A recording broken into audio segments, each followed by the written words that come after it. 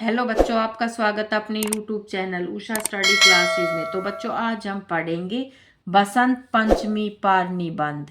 प्रस्तावना। भारत त्योहारों का देश है जहाँ प्रत्येक ऋतु का अपना एक विशिष्ट महत्व और उत्सव होता है। इन सभी उत्सवों में बसंत पंचमी का स्थान अत्यंत अद्वितीय है। हिंदू पंचांग के अनुसार माघ मास की शुक्ल पक्ष की पंचमी तिथि को मनाया जाने वाला यह पर्व ऋतुराज बसंत के आगमन का प्रतीक है। यह पर्व न केवल प्रकृति के नवनिर्माण का उत्सव है, बल्कि यह विद्या की अधिष्ठात्री देवी माँ सरस्वती की आराधना का भी पावन दिन है। पौराणिक और आध्यात्मिक महत्व। धार्मिक मान्यताओं के अनुसार बसंत पंचमी के दिन ही ब्रह्मा जी के मानस से ज्ञान और कला की देवी माँ सरस्वती का प्राकट्य हुआ था। कहा जाता है कि जब ब्रह्मा जी ने सृष्टि की रचना की तो उन्हें सब कुछ शांत और नीरस लगा। तब उन्होंने अपने कमंडल से जल छिड़का, जिससे एक अद्भुत शक्ति उत्पन्न हुई। एक ऐसी देवी जिनके हाथों में वीणा, पुस्तक और माला थी। जैसे ही देवी ने वीणा का मधुर नाद किया, संसार की समस्त वस्तुओं में स्वर और चेतना का संचार हुआ। इसी कारण बसंत पंचमी को सरस्वती जन्मोत्सव के रूप में भी मनाया जाता है।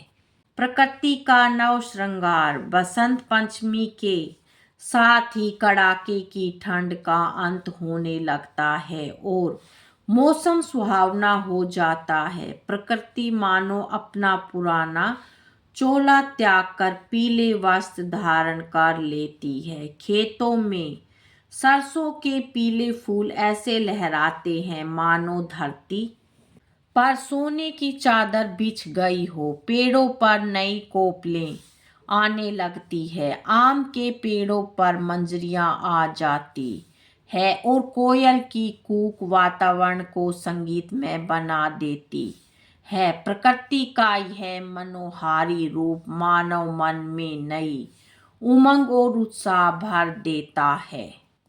ज्ञान और कला की उपासना। विद्यार्थियों और कलाकारों के लिए यह दिन अत्यंत विशेष होता है। इस दिन शिक्षण संस्थानों और घरों में माँ सरस्वती की प्रतिमा स्थापित कर उसकी पूजा अर्चना की जाती है। लोग अपनी पुस्तकें, वाद्य संयंत्र और कलम माँ के चरणों में अर्पित करते हैं और उनमें बुद्धि व विवेक का आशीर्वाद मांगते हैं। कई स्थानों पर छोटे बच्चों का अक्षर ज्ञान भी इसी दिन कराया जाता है, जिसे विद्यारंभ संस्कार कहा जाता है।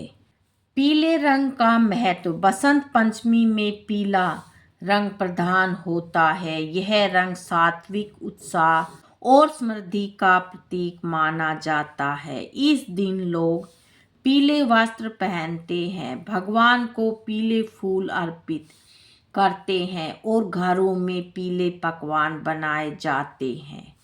सरसों के फूलों के कारण चारों ओर फैली पीली आभा इस रंग की महत्ता को और बढ़ा देती है।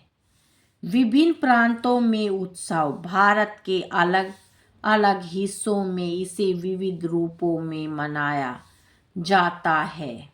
उत्तर भारत, पंजाब और हरियाणा में इस दिन पतंगबाजी का विशेष आयोजन होता है। आकाश रंग बिरंगी पतंगों से भर जाता है। बंगाल, पश्चिमी बंगाल में सरस्वती पूजा का भव्य आयोजन होता है। पंडाल सजाए जाते हैं और स्त्रियां पीली साड़ियां पहनकर उत्सव में भाग लेती हैं। दक्षिणी भारत, यहाँ इसे विद्यारंभ के रूप में मनाया जाता है, जहाँ छोटे बच्चों को शिक्षा की दुनिया में प्रवेश कराया जाता है। सामाजिक और मनोवैज्ञानिक प्रभाव। बसंत ऋतु को ऋतुराज कहा गया है क्योंकि यह मन को शांति और प्रसन्नता प्रदान करती है। मनोवैज्ञानिक दृष्टिकोण से यह समय अवसाद को दूर कर नई ऊर्जा के संचार का होता है। सामाजिक रूप से यह पर्व लोगों को एक साथ आने, प्रकृति का सम्मान करने और अपनी सांस्कृतिक विरासत को संजोने का अवसर प्रदान करता है।